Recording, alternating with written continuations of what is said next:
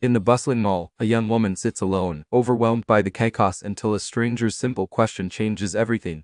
The mall's fluorescent lights buzzed like angry bees, their glare reflecting off the polished floors. Clara, 23, pressed her palms against her ears, trying to block out the cacophony of laughing teenagers, screaming children, and blaring music. Her sequined sweater, a gift from her social worker, itched unbearably. She rocked slightly on the bench, tears streaming down her face as shoppers hurried past.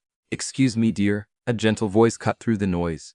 Clara looked up to see 68-year-old Martha standing before her, her silver hair glowing like a halo under the harsh lights. The retired teacher carried a Barnes Noble bag and wore the kind of soft cardigan Clara wished she had.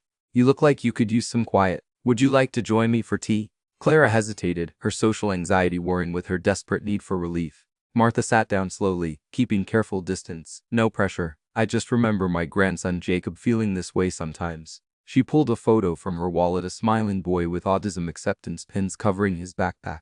30 minutes later, they sat in a quiet corner of the bookstore cafe, chamomile steam curling between them. Martha listened as Clara confessed she'd aged out of foster care and had nowhere to go for Thanksgiving.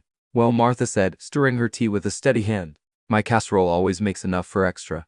That evening, Clara sat at Martha's lace-covered dining table, eating homemade apple pie as the older woman shared Jacob's story, how he died young, how she'd missed having someone to care for. When Clara shyly mentioned her passion for painting, Martha's eyes lit up. "Jacob's art supplies are still in the guest room. Would you consider staying a while?" As the grandfather clock chimed midnight, two unlikely friends separated by age but united by loss discovered family isn't always about blood. Sometimes, it's about who shows up with tea and understanding when the world becomes too much.